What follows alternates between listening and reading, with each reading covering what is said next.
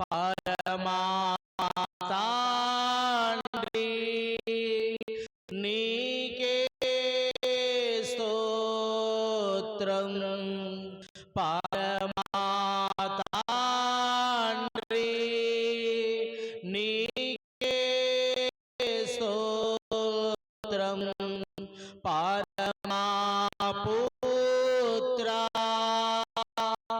నీకే స్తోత్రం పరమా పుత్ర నీకే స్తోత్రం పరిశుద్ధాత్మా నీకే స్తోత్రం పరిశుద్ధాత్మా నీకే స్తోత్రం హల్లెలూయా హల్లెలూయా ఆమేన్ హల్లెలూయా హల్లెలూయా ప్రభునామానికి స్తోత్రం. కూర్చుందామండి. కూర్చుందాం. చాలా సంతోషం. ఓకేనా? ప్రభునామానికి స్తోత్రం. దేవుని మందిరాన్ని ప్రేమించి దేవుణ్ణి ప్రేమించి ప్రభు సన్నిధికి వచ్చినటువంటి దేవుని బిడ్డలందరికీ కూడా ప్రత్యేకమైన వందనాలు. ప్రభు మిమ్మల్ని దీవించుగాక. షాలోమ్. చాలా సంతోషం అండి. ఇదే ముందు యోబు గురించి మనం తెలుసుకున్నాము.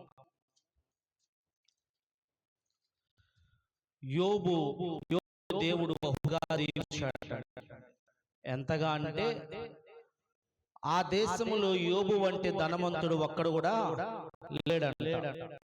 అంతగా యోబును దీవించాడు. యోబు గ్రంథం 1:10 యోబు గ్రంథం 1వ అధ్యాయం 10వ వచనంలో చివరిలో నీవు అతని చేతి పని దీవించుట చేత అతని ఆస్తి దేశంలో బహుగా విస్తరించి ఉన్నది. స్తోత్రం హల్లెలూయా. చాలా యోబు దీవించబడ్డాడు. ఎంతగా అంటే బహుగా దీవించబడ్డాడంట. అతని ఆస్తి బహుగా విస్తరించింది. అక్కడ యోబు గ్రంథం 1వ అధ్యాయము 3వ వచనాన్ని మనం గమనించినట్లయితే అతనికి 7,000 గొర్రెలను 3,000 ఒంటెలను 500 జతల ఎడ్లను 500 ఆడుగాడులు కలిగి బహుమంది పనివారును అతనికి ఆస్తిగా ఉండెను గనక తూర్పు జనులందరిలో అతడే గొప్పవాడుగా ఉండెను. స్తోత్రం హల్లెలూయా. అనేకమైన వందల జతల ఎడ్లు గొర్రెలు ఆవులు ఒంటెలు కలిగిన వ్యక్తిగా బహు ఆస్తిపరుడుగా యోబు ఉన్నాడండి. తూర్పు దిక్కు వారందరిలో కూడా అతని వంటి ఆస్తిపరుడు కూడా లేడంట. అంత ఆస్తిపరుడుగా యోబు ఉన్నాడంట. ఒకసారి ఆలోచన చేయాలండి. ఎవరు పుట్టుకతోటి ఆస్తిపరుడుగా ఉండరు. కానీ దేవుని కృప చేత దీవింపబడిన వారిగా ఉంటారంట. యోబును కూడా దేవుడు దీవించాడు. బహుగా ఆశీర్వదించాడు. ఎంతంటే అతనున్న ప్రదేశంలో అతనున్నటువంటి తూర్పు ప్రాంతంలో అందరికంటే బహు ఆస్తిపరుడుగా దేవుడు యోబు దీవించాడంట. ఇంతగా యోబును దేవుడు దీవించడానికి కారణం ఏంటి? యోబు బహుగా పొందడానికి కారణం ఏంటి? యోబు తూర్పు వైపు వారు అందరికంటే కూడా గొప్పవాడిగా ఉండడానికి యోబులో ప్రత్యేకమైన గుణాలు ఉన్నాయండి. ఊరికనే ఎవరు గొప్పవారు కారండి. దేవుని కృప చేత మాత్రమే ఒక వ్యక్తి గొప్పవాడయ్యాడంటే దేవుని చేతనే. మనం చదివాం కదా 9వ వచనంలో నీవు అతని చేతి పనిని దీవించుట చేత అతను గొప్ప ఆస్తిపరుడు. యోబు చేతి పనిని దేవుడు దీవించాడంట. యోబు కలిగిన పశువును దీవించాడు. యోబు కలిగిన పొలాలను దీవించాడు. యోబు కలిగిన సమస్తాన్ని దేవుడు దీవించాడు గనక యోబు ధనవంతుడిగా ఉన్నాడు. ఆమేన్ హల్లెలూయా. నీ చేతి పనిని ఎవరు దీవించాలి? దేవుడు దీవించాలండి.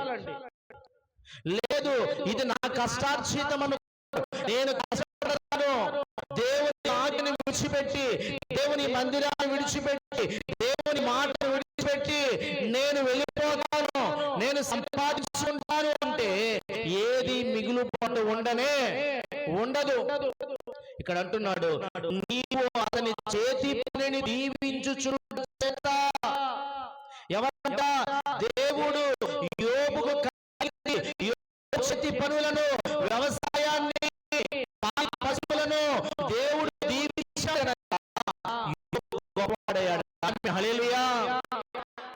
నీవు నేను గొప్ప దీవించబాలంటే దేవుని కృప కావాలి, దేవుని కనికరము కావాలి. ఆ దేవుడు దీవిస్తే తప్ప ఎవరు గొప్పగా అవనే ఎవరండి? దేవుని మా పంట పండాలన్నా దేవునికి కృప కావాలి. నీ పశువులు విసరించాలన్నా, కావాలన్నా,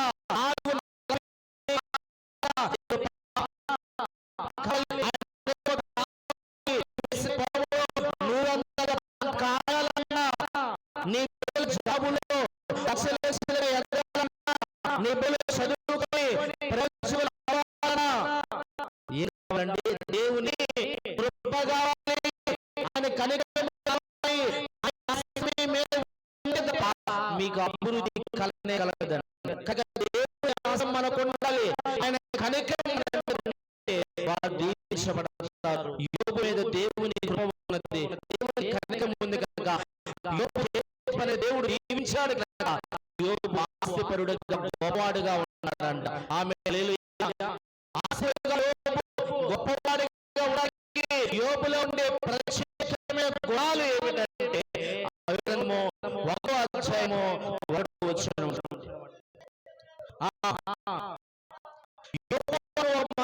నేను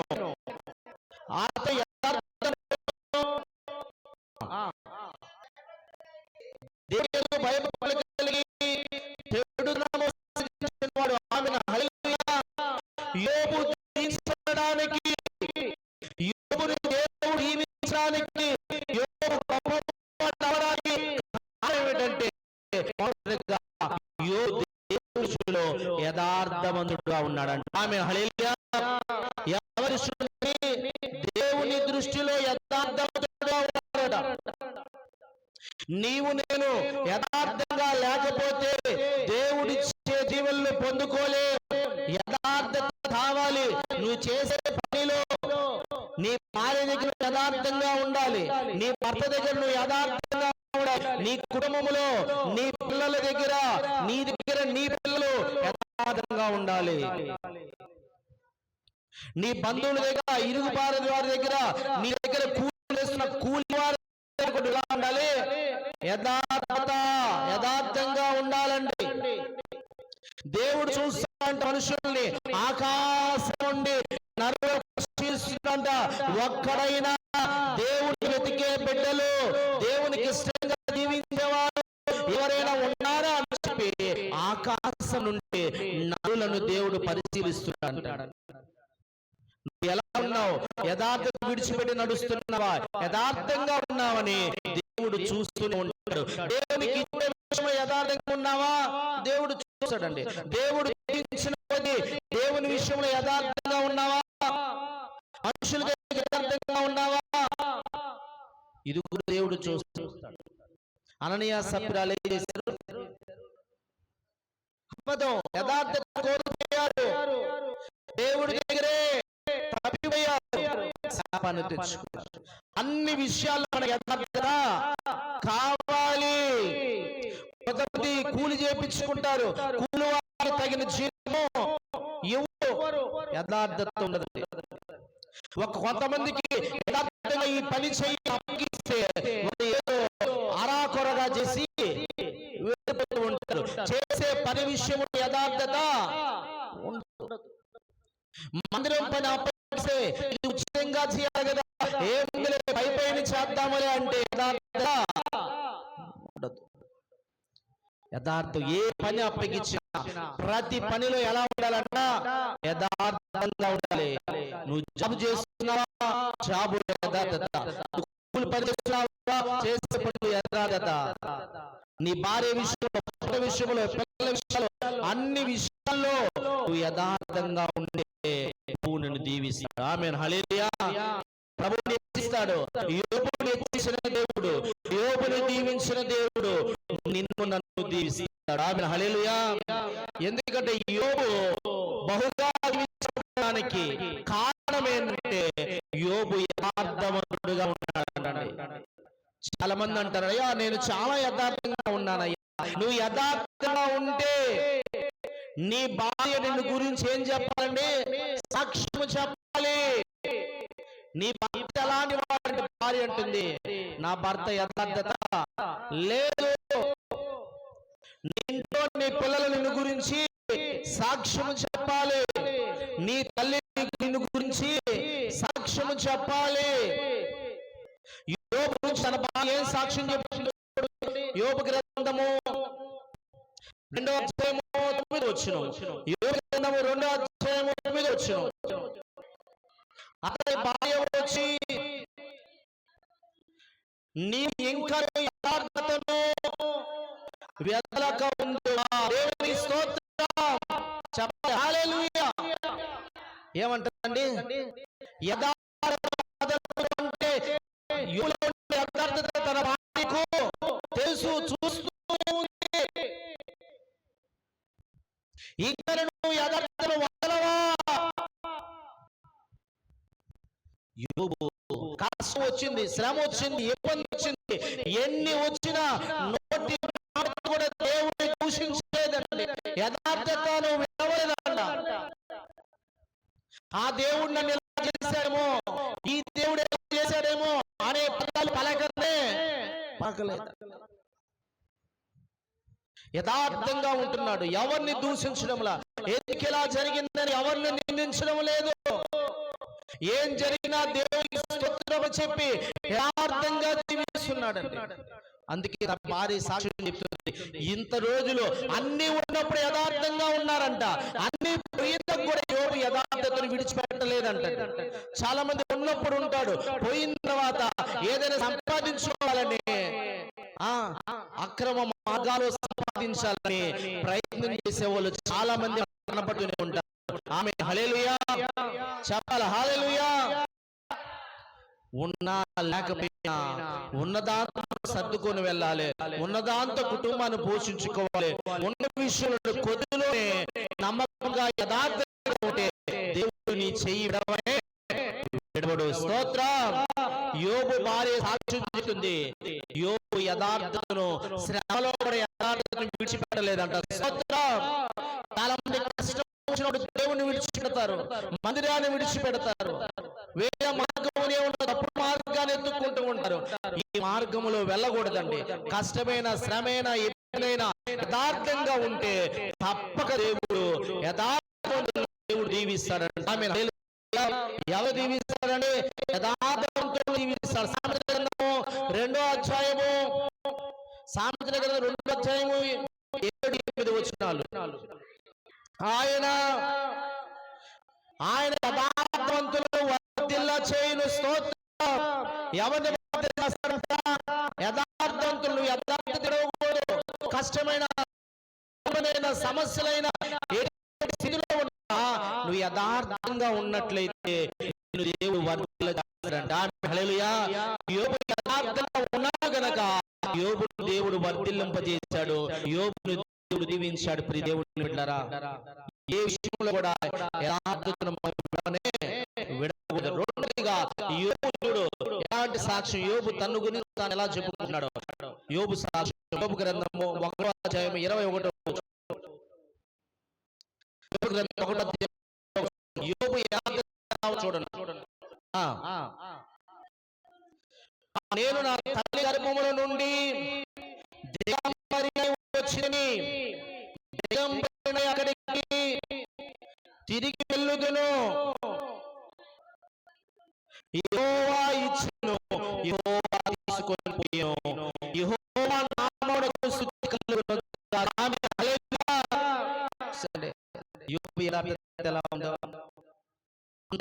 అందుకే తన భార్య అంటుంది, ఇకను నువ్వు యథార్థత విడిచిపెట్టవా? యోబు యథార్థత చూడు.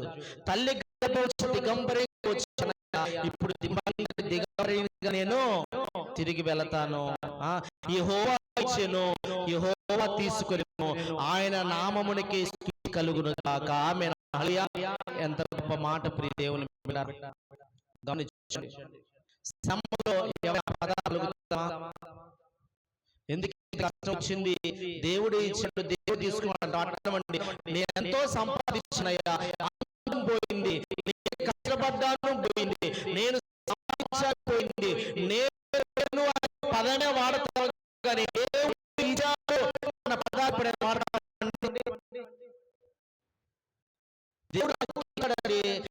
తీసుకున్నాడు. మరలా ఈసారులే అన్న నిరీక్షణ కలిగిన పదాలు ఎప్పుడైనా అంటున్నాడు, ఇంత సంపాదించిన తూర్పు వైపు ధనవంతుడే లేడుగా, తూర్పు అందరిలో ధనవంతుని ఇంత సంపాదించే దేవుడే నాకు ఇచ్చాడు, దేవుడే తీసుకున్నాడు, ఆయన నామానికే మహిమ గాక. స్తోత్రం. ఎంత గొప్ప మాట అండి. విడిచిపెడాల, ఇబ్బందుల్లో విడిచిపెడాడు, తీసుకొని తీసుకుంటున్నాడు, కుటుంబాన్ని భార్య తప్ప నాన్నవారు ఎవరూ లేదు. అటువంటి స్థితిలో కూడా యోబు యథార్థతను విడిచిపెట్ల. యోబులో ఉండే యథార్థత ప్రియ దేవుని బిడ్డలారా, మనము చిన్న రాగానే, ఇబ్బంది రాగానే, శ్రమ రాగానే, ఏదేదో అనుకోండి, మందిరానికి రాను, దేవుడు ఏం చేశాడు, నాకేం చేశాడు, నా పిల్లలకి పెళ్లి చేశాడా, ఎన్నెన్నో పదాలు మనం మాట్లాడుతూ ఉన్నామండి. చూసారండి, చిన్న చిన్న వాటిలో నిలబడలేక కాలికి ఎగిరే పొడువలు ఎగిరిపోతూ ఉన్నాం. నువ్వు బ్రతికిస్తున్నాడు, అదే దేవుడు చేసే గొప్ప మేలు. హల్లెలూయా.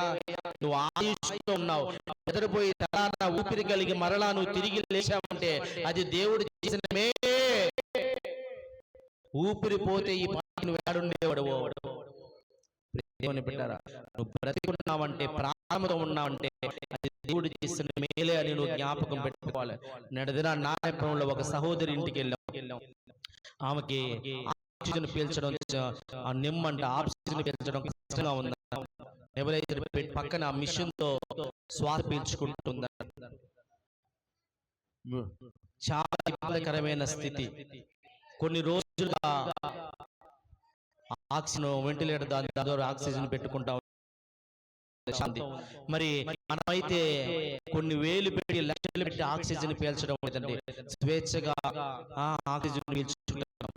ఊపిరితిత్తుల సమస్య లేదండి, లెన్స్ ప్రాబ్లం మనకి లేదు, చక్కగా ఉన్నాడు. అది దేవుని. దీన్ని బట్టి సంతోషించాలి.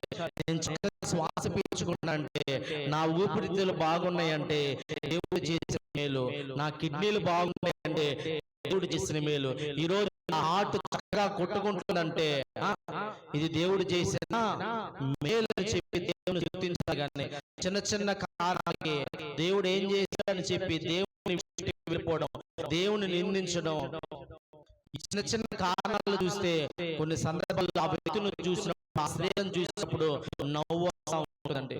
కుదురులోనే నిలబడలేకపోతే చివరి వరకు దేవుడు నిలబడతా అనిపిస్తూ ఉంటుంది. దేవుని బిడ్డలారా, యోబు సమస్తాన్ని కోల్పోయిన యెహోవా తీసుకొనెను. ఎంత మాట! నేను కష్టపడ్డాను, నేను విత్తనాలు వేశాను, నేను పండించాను, నేను మందిరానికి నేను కష్టపడ్డాను, యెహోవా సహాయం చేశాడు, ఆయన కృప ద్వారా పంటలు దేవుడే ఇచ్చాడు అన్న పదాలు ఎప్పుడు కూడా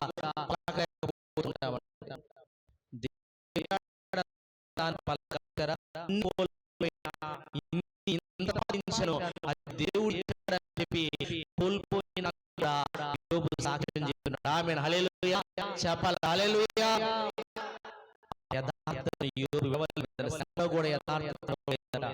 యథార్థవంతులు దేవునికి ఇష్టం.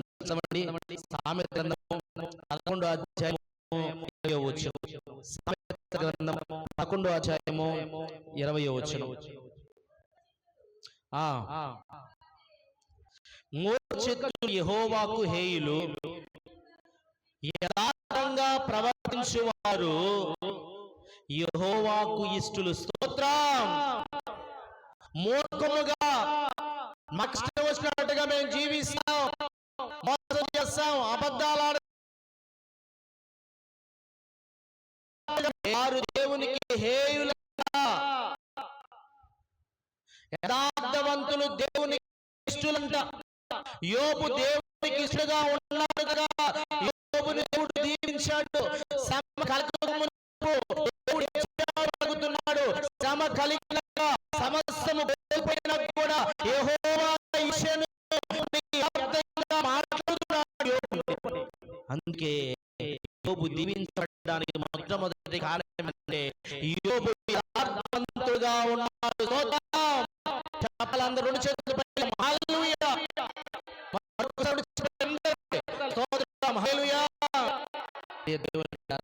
యథార్థంగా ఉండాలి. మూడుగా స్నేహితుడు సాక్ష్యం చెప్తున్నాడు. యోబు గ్రంథం 4వ అధ్యాయము 6వ వచనం. యోబు గ్రంథం 4వ అధ్యాయము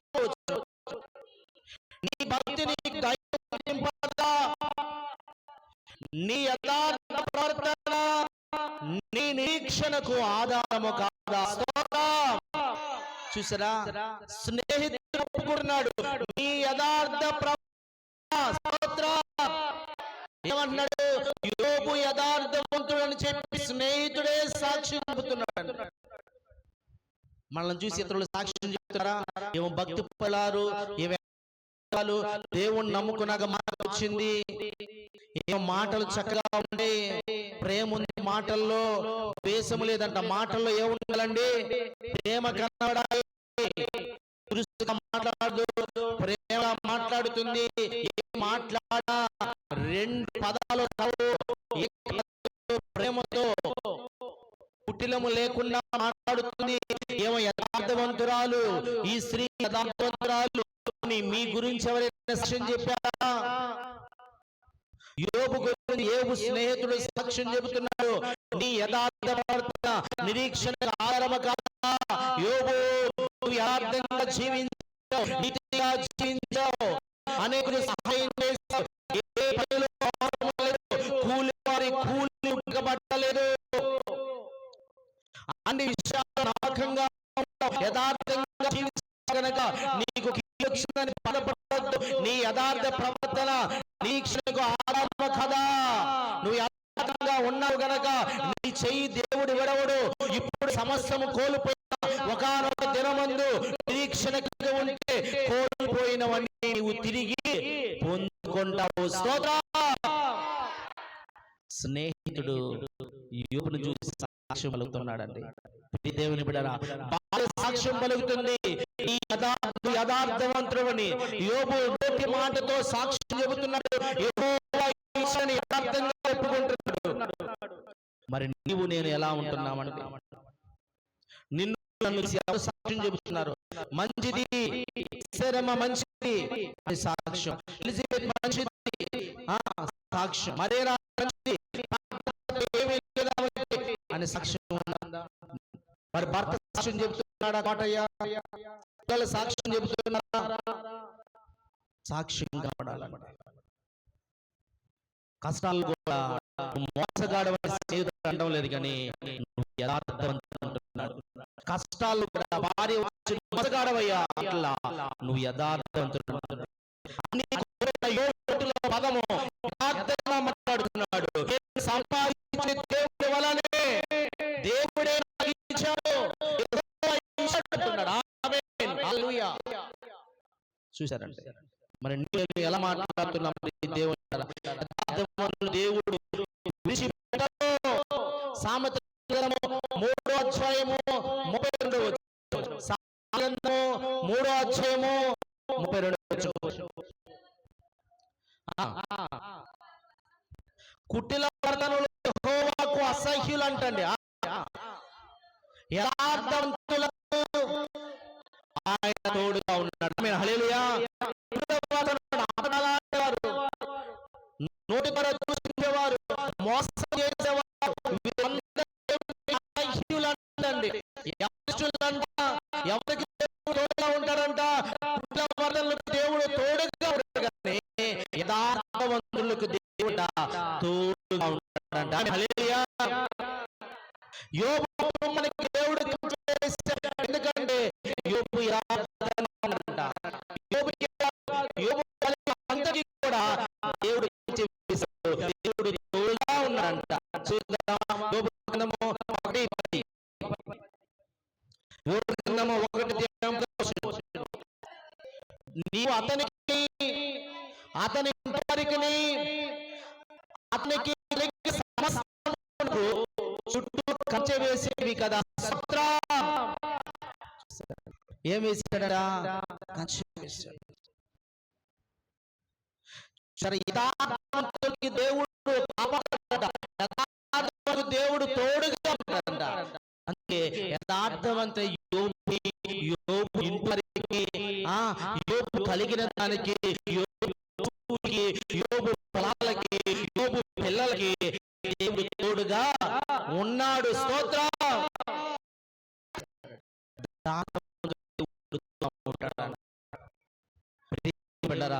నీకు నాకు దేవుని తోడు కావాలండి. నీకు నాకు దేవుడు తోడుగా ఉండాలంటే ప్రతి విషయంలో కూడా మనము యథార్థంగా నీతిగా ఉండాలి. మన మాటలు యథార్థంగా, చేసే పని దగ్గర యథార్థంగా ఉండాలి.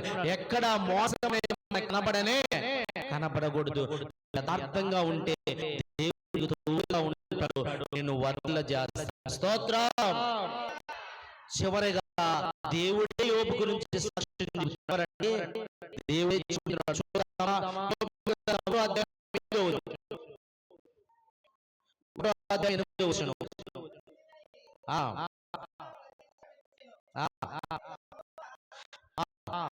నీవు ఆ సేవకుడైన యోబు ఆలోచించితివా? అతని యథార్థవంతుడు. స్తోత్రం. ఆయన ఎవరు చెప్తున్నాడు? సాక్ష్యం చెప్తున్నాడు. అక్కడ చెప్పింది నోటి యథార్థవంతుడిని తను తాను సాక్ష్యం పలుకుంటున్నాడు, సాక్ష్యం చెబుతున్నాడు. చివరగా ఎవరు సాక్ష్యం చెప్తారంట? దేవుడే సాక్ష్యం చెబుతున్నాడు. యోబు యథార్థవంతుడు. నీ గురించి దేవుడు సాక్ష్యం చెబుతున్నాడా? మనుషులు చెబుతున్నారా? నీ కుటుంబాలు చెబుతున్నారా? మనం ఆలోచన చేయాలి. యోబు యథార్థవంతుడు అంటున్నాడండి. యథార్థవంతులను దేవుడు దీవిస్తాడు. యథార్థవంతుల కుటుంబాలను దీవిస్తాడు. యథార్థవంతుల పిల్లలు దీవిస్తాడు. యథార్థవంతుల పట్టణాలు కూడా దేవుడు దీవిస్తాడు. ఆమేన్. హల్లెలూయా.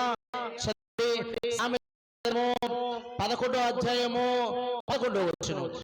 యథార్థవంతుల పట్టణాలు, యథార్థవంతులు గ్రామంలో ఉంటే ఈ గ్రామం దీవించబడుతుంది. యథార్థవంతులు నీ కుటుంబంలో ఉంటే నీ కుటుంబం దీవించబడుతుంది. యథార్థవంతులు ఎక్కడ ఉన్నా ఆ పట్టణానికి కీర్తి కలుగుతుందంట. చదవండి. యథార్థవంతుల దీవెన వలన పట్టణమునకు ప్రీతి కలుగును. స్తోత్రం. యథార్థవంతుల దీవెన వలన అంట కలుగుతుందంట. యోబు దీవెన వలన ఆ ఊరు ప్రాంతానికే కీర్తి కలిగిందంట. ఎవరంటే ఊజు దేశములో యోబు ఉండేవాడట. చూసావా? యోబుని పలికేటప్పుడు ఏ దేశం అంట? ఊజు దేశములో ఉన్న యోబు ఊజు దేశానికే కీర్తి. ఎందుకంటే యోబు వర్ధిల్లాడుగా ఆ దేశానికి కీర్తి కలుగుతుంది. దేవుని యథార్థవంతుల దీవెన పట్టణమునకు, వారున్న ప్రాంతానికి కూడా కీర్తి కలిగే విధంగా ఉంటుంది. ఆమేన్. హల్లెలూయా. ప్రియ దేవుని యోబు ఎంతగా దీవించడానికి కారణం ఏంటంటే యోబు యథార్థవంతుడుగా ఉన్నాడు. యోబు సాక్ష్యం కలిగే వ్యక్తిగా ఉన్నాడండి. భార్య దగ్గర సాక్ష్యం ఉంది, స్నేహితుల దగ్గర సాక్ష్యం ఉంది, దేవుని దగ్గర సాక్ష్యం ఉంది, తన నోటి మాటల్లో కూడా సాక్ష్యం పలుకుతున్నాడు. దేవుని ఉంటున్నావు. యథార్థంగా నీవు ఉన్నట్లయితే నువ్వు దేవునికి ఇష్టడుగా ఉంటావు. దేవునికి ఇష్టడుగా ఉంటే దేవుడు నిన్ను బహుగా దీవిస్తాడు. నువ్వు యథార్థవంతుడుగా ఉంటే దేవుడు నీకు, నీ కుటుంబానికి కలిగిన దేవుడు తోడుగా ఉండి నీ చేతి పని దేవుడు దీవిస్తాడు. నువ్వు యథార్థవంతుడుగా ఉంటే దేవుడు నిన్ను వర్ధిల్లింపజేస్తాడు. ఆమేన్, హల్లెలూయా. నువ్వు యథార్థవంతుడిగా ఉంటే నిన్ను బట్టి నీ గ్రామము పట్టణానికి కీర్తి కలుగునట్లుగా నిన్ను దేవుడు వర్ధిల్ల చేస్తాడంటే ప్రియ దేవుని బిడ్డరా, యోబు బహుగా దీవించబడ్డాను మొట్టమొదటి కారణము యోబు యథార్థవంతుడిగా ఉండడం. మనం ఎలా యథార్థంగా ఉన్నామా? జాబు చేసిన, పనులు చేస్తున్నా, కూలి పనికి వెళ్ళినా, వ్యాపారం చేసినా, ఏం చేసినా, నువ్వు ఎక్కడున్నా కూడా, నువ్వు చదువుకుంటున్నా, నువ్వు కాలేజీలో ఉన్నా, ఎగ్జామ్ రాస్తున్నా, ప్రతి విషయంలో నువ్వు ఎలా ఉండాలి? యథార్థంగా ఉండాలి. యథార్థంగా ఉండే యథార్థవంతులు దేవుడు దీవిస్తాడు. యోబును తూర్పు ప్రాంతం అన్నిట్లో కూడా గొప్పవాడుగా, ఊజు దేశం అంతటిలో గొప్పవాడుగా దేవుడు యోబును దీవించాడు. కనుక యోబు వల్ల యథార్థవంతంగా మనం ఉండి ప్రభు ఇచ్చే దేవుళ్ళను పొందుకొని ప్రభు సాక్షులుగా ఉన్నాము. అటువంటి కృప ప్రభు మనకు అనుగ్రహించుగాక. ఆమేన్. కళ్ళు మూసుకుందాం, చిన్న ప్రార్థన చేస్తాం. కళ్ళు మూసుకుందాం. స్తోత్రం, స్తోత్రం. చిన్న ప్రార్థన, కృప ప్రార్థన. ప్రభువా మమ్మల్ని క్షమించయ్యా. అయ్యా అయ్యా, నేను యథార్థతను కోల్పోతున్నానేమో, మోసకారిగా నేనున్నానేమో, అయ్యా నేను చేసిన కూలి దగ్గర యథార్థత లేదేమో, నేను చేసిన వ్యాపారంలో యథార్థత లేదేమో, నేను చేస్తున్న జాబుల్లో యథార్థత లేదేమో, నా బాధ దగ్గర నా బాధ దగ్గర యథార్థత లేదే, నా పిల్లల దగ్గర నేను యథార్థంగా లేదే, నా బంధువుల దగ్గర నా గ్రామంలో ఉన్నాయా, నా ఇరుగు పొరుగు దగ్గర యథార్థత లేకుండా మోసంగా ఉన్నానేమో, నన్ను క్షమించయ్యా. ప్రతి అన్ని విషయాలు యథార్థంగా ఉండాలి. యథార్థత కలిగిన జీవితాన్ని, భక్తి కలిగిన జీవితాన్ని నాకు అన్న దేవుడు అడుగుతాం.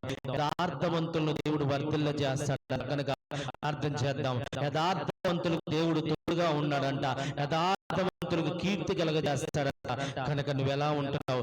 యథార్థంగా ఉన్నట్లయితే ప్రభు మేలును పొందుకుంటావు. చిన్న ప్రార్థన. పరిశుద్ధాత్మ తండ్రి, నీ బిడ్డలందరూ ఎవరైతే యథార్థంగా నన్ను ఆశయ్యా, నన్ను నేను సరి చేసుకుంటానని నీ సన్నిధిలో ఒప్పుకొని ప్రార్థించారో వారందరూ దర్శించి యోబును దీవించి వారు యథార్థంగా వారిని కూడా చేసి వారందరిని దీవించమని యేసు నామములో అడిగి ప్రార్థన చేయించున్నాం పరమ తండ్రి. ఆమేన్. హల్లెలూయా. సంతోషం. సాక్ష్యాల సమయం. ఓకే.